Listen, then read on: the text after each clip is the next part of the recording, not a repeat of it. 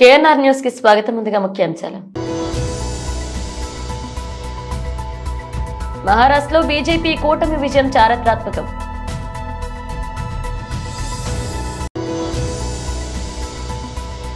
శ్రీ విశ్వ educational institution ఆధ్వర్యంలో mega scholarship test.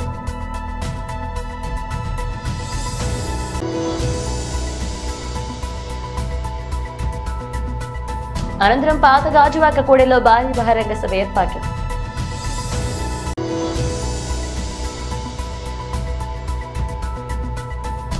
అనంతరం సభ్యత్వ నమోదు ప్రారంభం.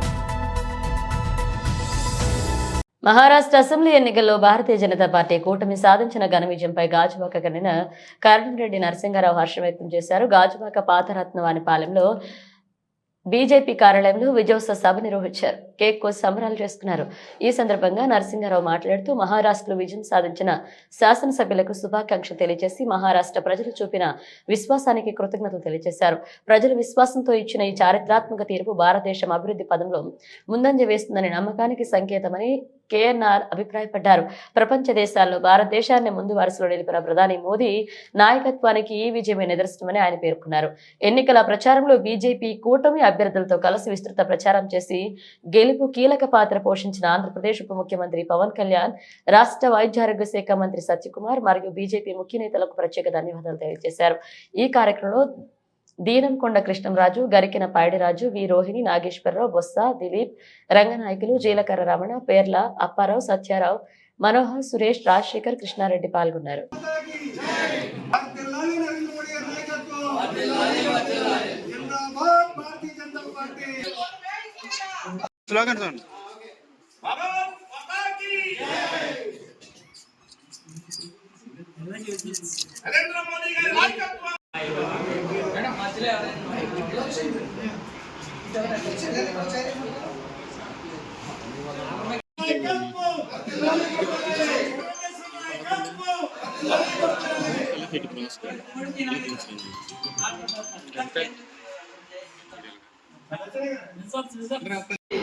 నమస్కారం అండి. ఈరోజు మహారాష్ట్రలో ఎన్నికల ఫలితాలు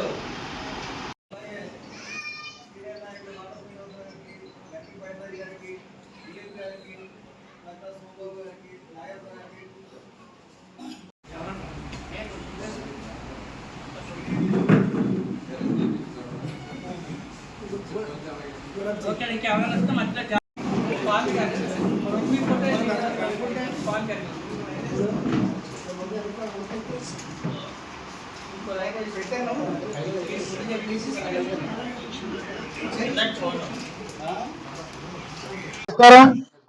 ఈరోజు మహారాష్ట్రలో సాధించిన ఘన విజయానికి భారతీయ జనతా పార్టీ ఆధ్వర్యంలో ఈరోజు విజయోత్సవ సభ ఏర్పాటు చేసుకోవడం జరుగుతుంది. ఈ యొక్క కార్యక్రమంలో ముఖ్య అతిథిగా కరణరెడ్డి నరసింహారావు ఆధ్వర్యంలో ఈ యొక్క కార్యక్రమం జరుగుతుంది. భారతీయ జనతా పార్టీ సీనియర్ నాయకులు వార్డు నుంచి అందరూ కూడా వచ్చి విజయోత్సవ సభలో పాల్గొన్నారు. అందరికీ ధన్యవాదాలు తెలియజేస్తూ, ఏదైతే వాజ్పేయి గారు, అద్వానీ గారు అట్టడుగు స్థాయిలో, క్రింది స్థాయిలో ఉన్న వాళ్ళందరికీ ఫలాలు ఏదైతే అందాలని భారతీయ జనతా పార్టీ ఆ దిశగా పనిచేస్తుందో, అదే విధంగా ఈరోజు నరేంద్ర మోడీ గారు ఆ దిశగా పనిచేస్తూ సబ్కా సాత్ సబ్కా వికాస్ అన్న నినాదంతో దేశం మొత్తం మీద కూడా భారతీయ జనతా పార్టీ యొక్క ఫలాలు ఈరోజు మహారాష్ట్రలో ఫలితం వచ్చిందంటే కేవలం భారతీయ జనతా పార్టీ తీసుకున్న విధానాలే కారణం అని తెలియజేస్తూ ఈ యొక్క విజయోత్సవంలో పాల్గొన్న వారందరికీ ధన్యవాదాలు. నమస్కారం అండి. మహారాష్ట్రలో భారతీయ జనతా పార్టీ కూటమి విజయదుందుబి మోగించింది. ఇప్పటికే వస్తున్న రిజల్ట్స్ ప్రకారంగా 237 సీట్లు విజయం సాధించే దిశగా ముందుకు దూసుకుపోతుంది. ఈ సందర్భంగా మహారాష్ట్ర ప్రజలందరికీ, ఓటర్ మహాశయులందరికీ ప్రత్యేకమైన ధన్యవాదాలు తెలియజేస్తున్నాం. ఎందుకంటే దేశ ప్రధానమంత్రి శ్రీ నరేంద్ర మోదీ గారు ఎన్డీఏ కూటమి కేంద్రంలో అధికారంలో ఉంది. అదేవిధంగా మహారాష్ట్రలో కూడా గతంలో బీజేపీ కూటమి అధికారంలో ఉంది. డబుల్ ఇంజిన్ పరిపాలన ద్వారా సుపరిపాలన ప్రజలంతా చూశారు, మళ్ళీ ఒకసారి ఆశీర్వదించారు.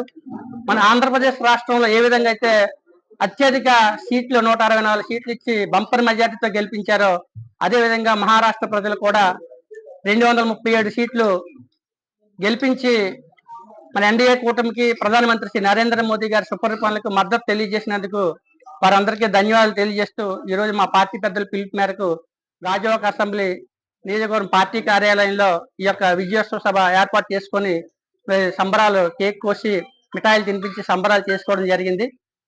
రాబోయే రోజుల్లో తెలంగాణలో అదేవిధంగా మన కర్ణాటకలో కూడా ఖచ్చితంగా భారతీయ జనతా పార్టీ అధికారంలోకి వస్తుంది.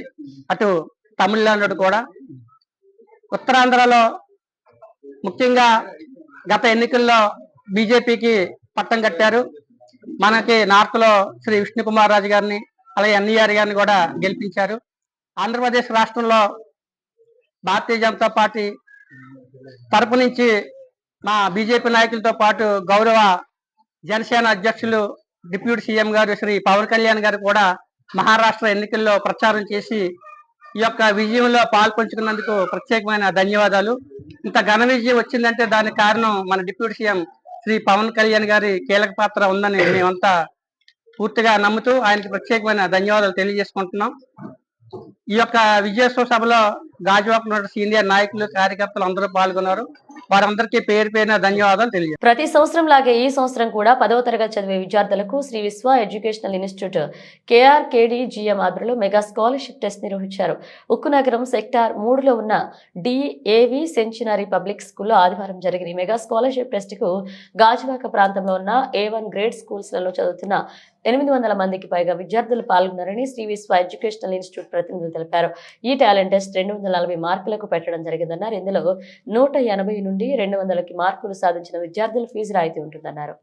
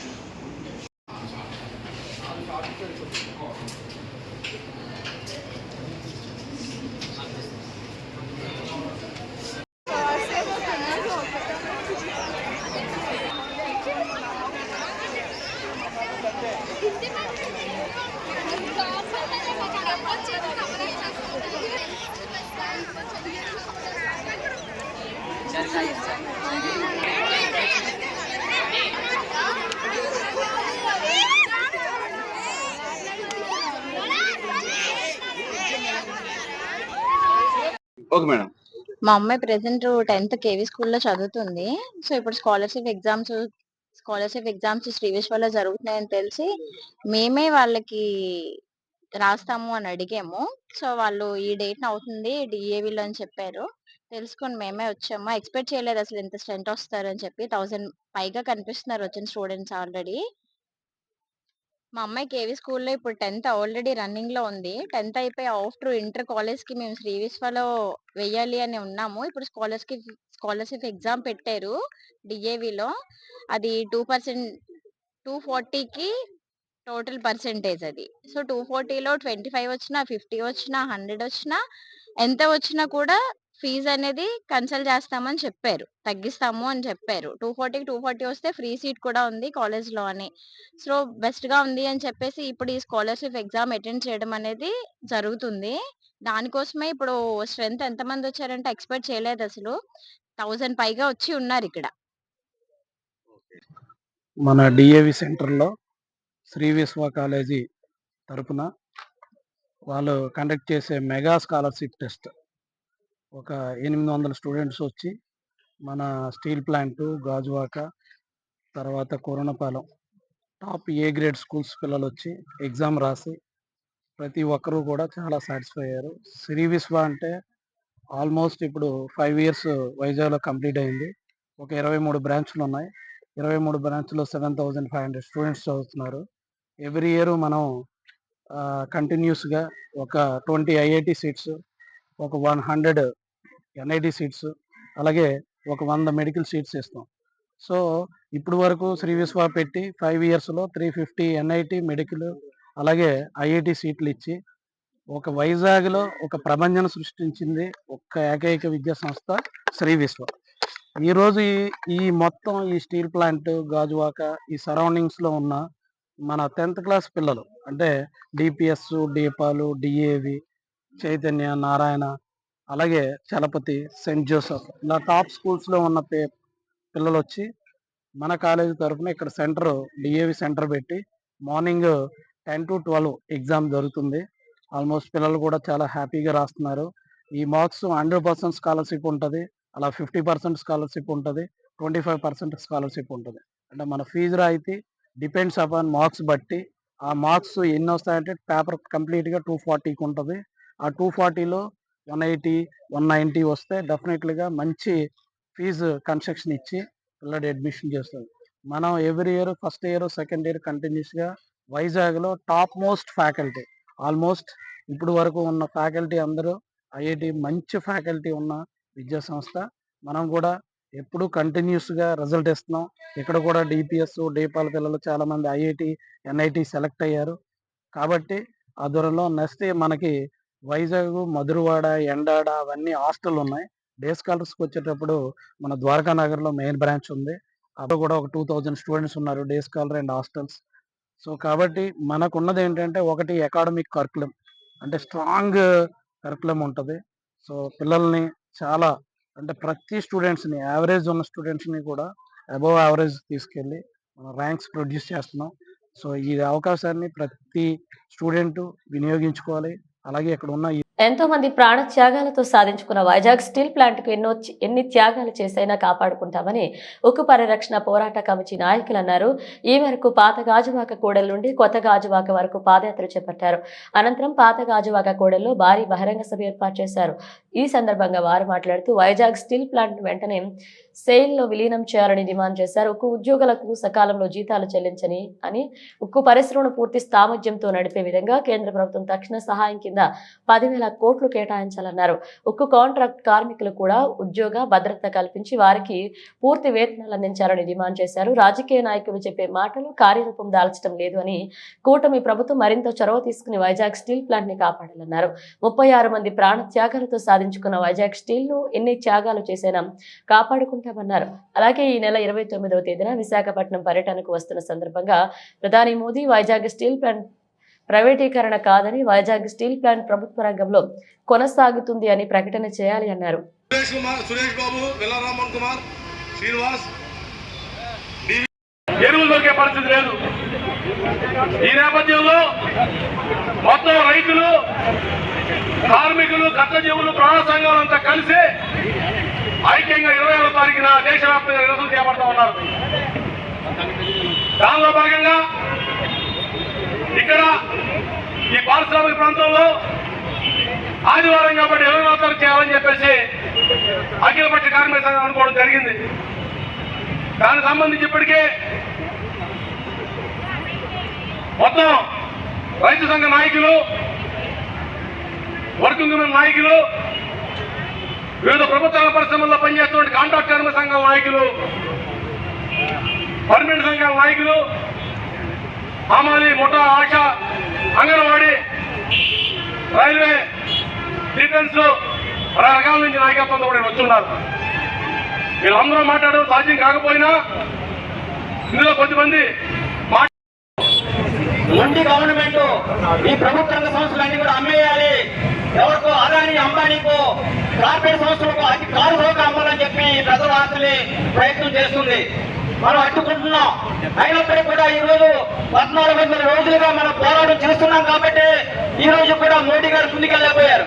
కానీ 3 సంవత్సరాల నుంచి ఈ స్టీల్ ప్లాంట్ కి రా మెటీరియల్ రాకుండా, వర్కింగ్ కార్డులు ఇవ్వకుండా, ఐరన్ ఓర్ ఇవ్వకుండా, కోకింగ్ కోర్లు ఇవ్వకుండా, ఈవెన్ రైల్వే రేక్స్ కూడా ఇవ్వకుండా 3 బ్లాస్ట్ ఫెన్స్లు ఉంటే 2 బ్లాస్ట్ ఫెన్స్ మూసేశారు.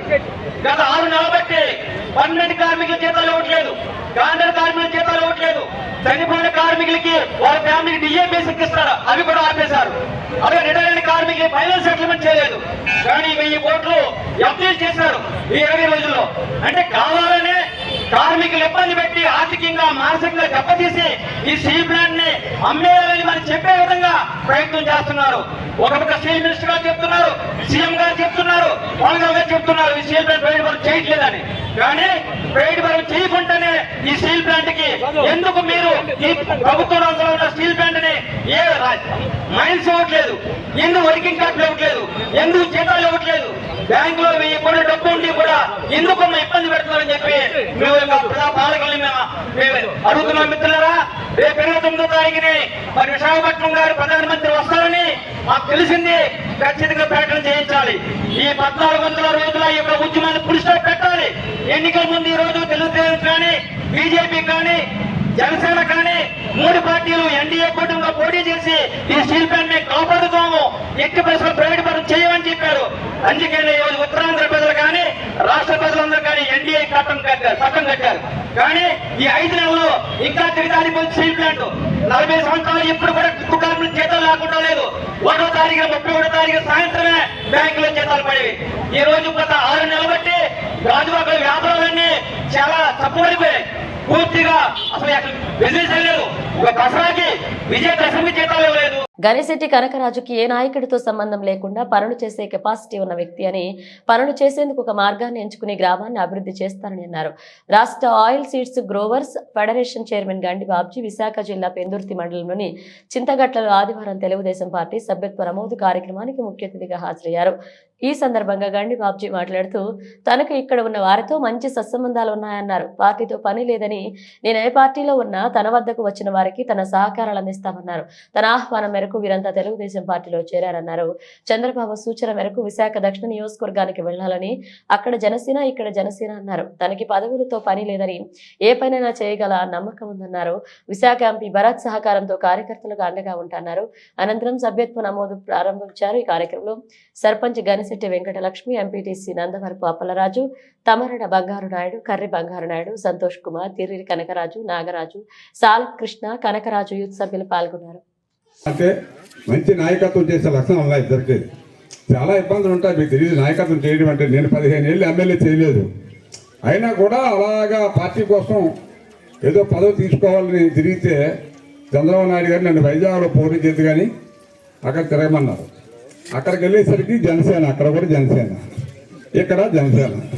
ఈ జనసేన వల్ల ఇక్కడ పాపం బండా సత్యమూర్తి గారు ఇంకా నయం, మాడులైన సీట్ దొరికింది, కానీ నాకైతే ఇంకెక్కడ సీట్ లేదు కాబట్టి ఉండమన్నారు. ఏదో ఎమ్మెల్సీ ఇస్తామన్నారు. ఏమిచ్చినా మనకున్న కెపాసిటీ పెట్టి పదవి అక్కర్లేదు, నేను ఏ పని చేయించగలను ధైర్యం నాకుంది.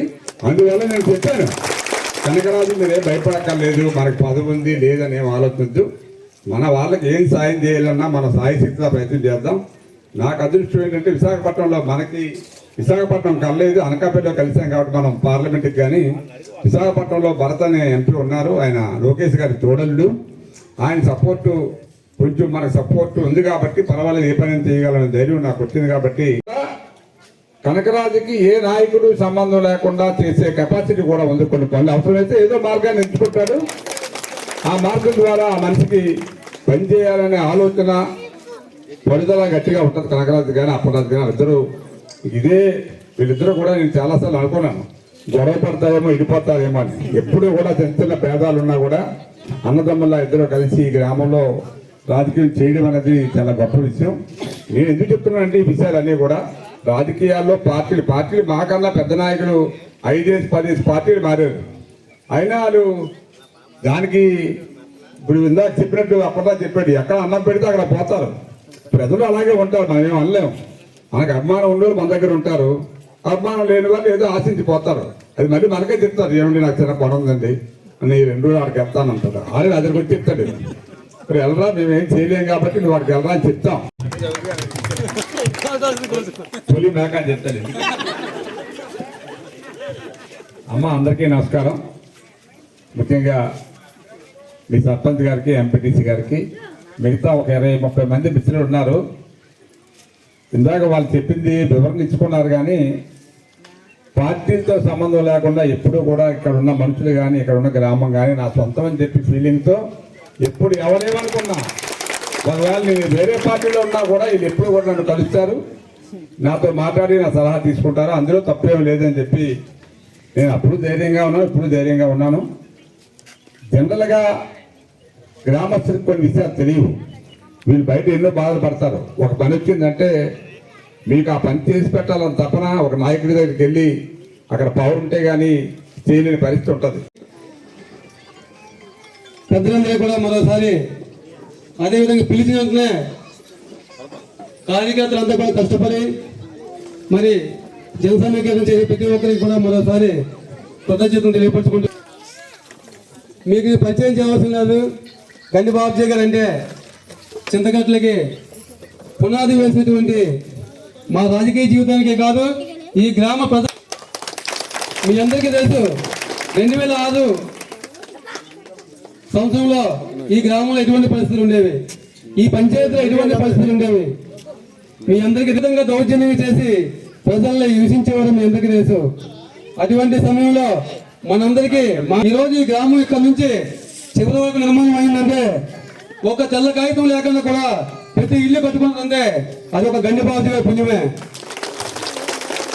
ఒక అధికారికి కూడా ఒక రూపాయి ఇవ్వకుండా ఈ ఇళ్ళని నిర్మించుకున్నారు. ఆనాడు మరి సుమారు 210 హౌసింగ్ పట్టాలు ఇప్పించి మనమంతా కూడా ఇల్లు కమల్లో మీ అందరికీ ఒక్కసారి గుర్తు చేసుకున్నామా. ఆ పూల గుడిసె నుంచి మన జీవిత విధానం మీదకి వచ్చిందంటే ఎవరి పుణ్యమమ్మా? గండిబాబు గారి పుణ్యంతో మనం, ఆయన ఒక శక్తితోటే మనం ఈరోజు ప్రశాంతంగా మన గ్రామాల్లో జీవిస్తున్నాం. మరి నేను ఈరోజు ఆ భగవంతుని, ఆ యేసుప్రభుని కానీ, బంగారుతల్ని కానీ మనసారా కోరుకునేది ఏంటంటే,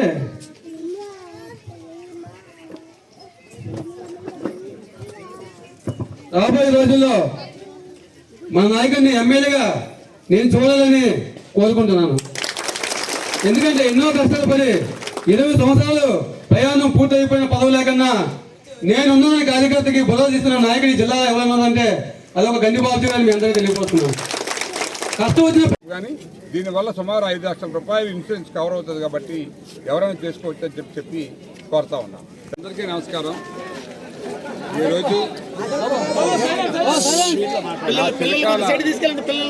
మిత్రులు చెప్పాలంటే నాయకులు కాదు, నాకు మిత్రులతో సమానం. అప్పలరాజు, కాకరాజు, వాళ్ళ మిత్రుల బృందం అంతా కూడా ఒక మిత్రులాగే ఉంటారు నాతోటి. ఎప్పుడు పొలిటీషియన్స్ బిహేవియర్ ఎక్కడ ఉండదు.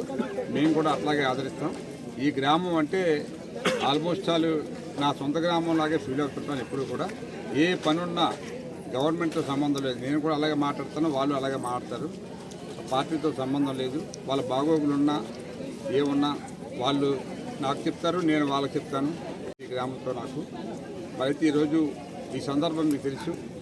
మననే ఈ మధ్యనే మరి ఇక్కడ మళ్ళీ మీరు ఎందుకు ఇబ్బంది పడ్డారు, నాతో పాటు ట్రావెల్ చేయాలనుకున్నారు కాబట్టి రండి పార్టీలో జాయిన్ అవ్వండి అని చెప్పి నేను కోరిన మీదట అందరూ కూడా గౌరవంగా పార్టీలో జాయిన్ అయ్యారు. వాళ్ళని చూసుకునే బాధ్యత నాదని చెప్పాను. ఈ గ్రామ అభివృద్ధి కోసం, మిగతా పనుల కోసము. అలాగే ఈరోజు మెంబర్షిప్ కార్యక్రమం మొదలు పెట్టాలని చెప్పిన మీదటే మరి ఈ నాయకులందరూ కూడా మంచి ప్రోగ్రాం అరేంజ్ చేశారు. అనుకోకుండా ఈరోజు ఇలాగా చాలా ప్రోగ్రామ్స్ నడుస్తూ ఉంటాయి. దాంతోపాటు ఉత్తరాంధ్ర శుద్ధి సెవంతని మీరు ఎప్పటి నుంచో వింటున్నారు. గోదావరికి నీరు కూడా సుమారు ఇంకో సంవత్సరం లోపల 25 టీఎంసీ నీరు విశాఖపట్నానికి, మిగతా నీరు ఈ కిందకి మన సుమారు 5 లక్షల ఎకరాలకు సాగునీరు కూడా అందించే ప్రణాళిక కూడా సిద్ధం చేశారు. డబ్బులు రిలీజ్ చేస్తూ ఉన్నారు.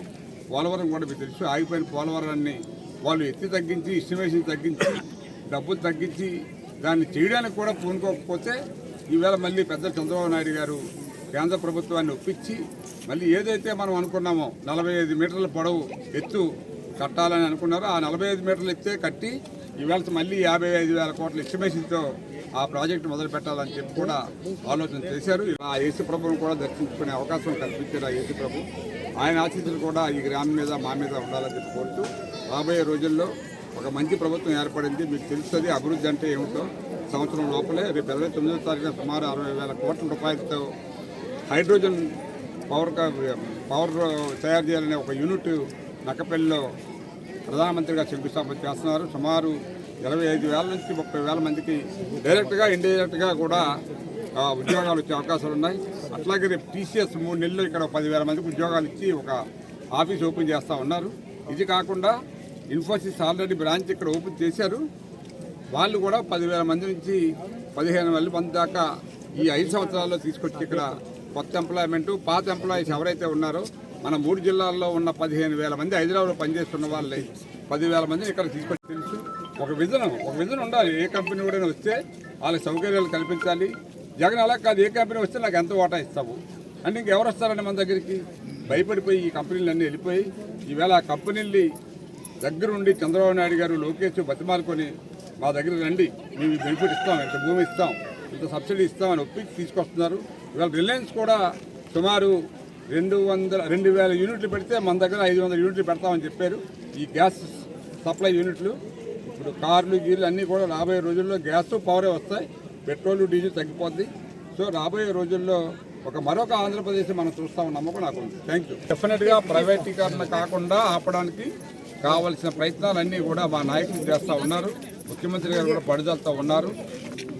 మేము ఒకటే కోరుకుంటున్నాం, ఒకవేళ స్టీల్ ప్లాంట్ ఇండివిజువల్గా నడవలేకపోతే స్టీల్ అథారిటీ ఆఫ్ ఇండియా అనే ఒక కంపెనీ ఉంది. అది కూడా పబ్లిక్ కంపెనీయే, గవర్నమెంట్ కంపెనీ. ఆ కంపెనీలో విలీనం చేస్తే మాకు పర్వాలేదని లేబర్ అంతా ఉద్యోగస్తులు చెప్పారు కాబట్టి దాంట్లో విలీనం చేయడానికి కూడా ప్రయత్నం చేస్తూ ఉన్నారు. తర్వాత ఈ సంయుక్త కార్యక్రమం కూడా అందరినీ చేయమని కోరాం. మరి ప్రజలు కానీ కార్యకర్తలు కానీ ఎవరైనా చేసుకోవచ్చు. ఈవేళ బులెటిన్ ముగించే ముందు హెడ్లైన్స్ మరోసారి. మహారాష్ట్రలో బీజేపీ కూటమి విజయం చారిత్రాత్మకం.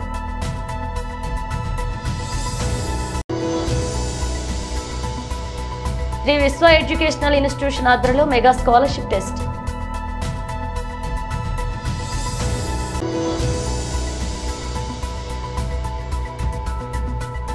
అనంతరం పాత గాజువాక కూడలిలో భారీ బహిరంగ సభ ఏర్పాట్లు.